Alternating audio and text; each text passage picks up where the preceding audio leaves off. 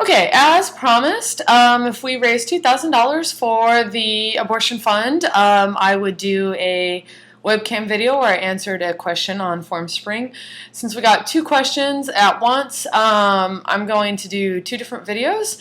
I think that'll work out really well because there is one that is kind of a serious question and one that's kind of a light question. So I'm going to start with the serious question from an anonymous person on FormSpring. Do you think the reproductive rights situation in the U.S. today is better or worse than it was in the post-Roe 1970s? That's a good question. The answer is, compared to directly after Roe, it's much, much worse. In the first 3 years after Roe versus Wade, the federal government paid for abortion for low-income women through Medicaid.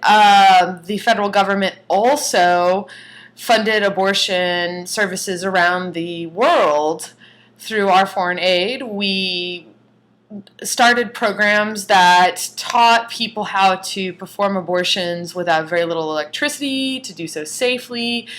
In fact, a lot of that knowledge is still used around the world to keep women from dying. So if we had not done that, I think the maternal mortality rate around the world would be much, much higher. So in those 3 years that things were pretty good for this country as far as abortion, we did a lot of good, and I wish we would continue to do that good.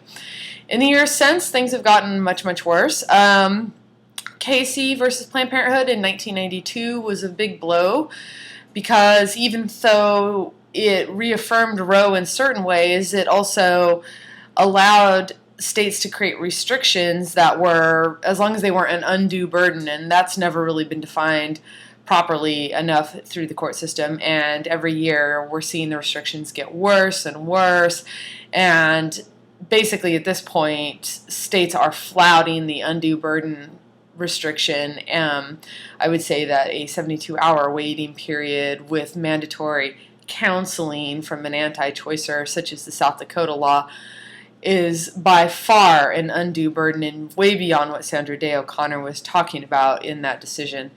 The only thing that has been, the only restriction on abortion that has basically been stopped since the anti-choicers have started to encroach on the rights, starting basically right after Roe, was the spousal consent law.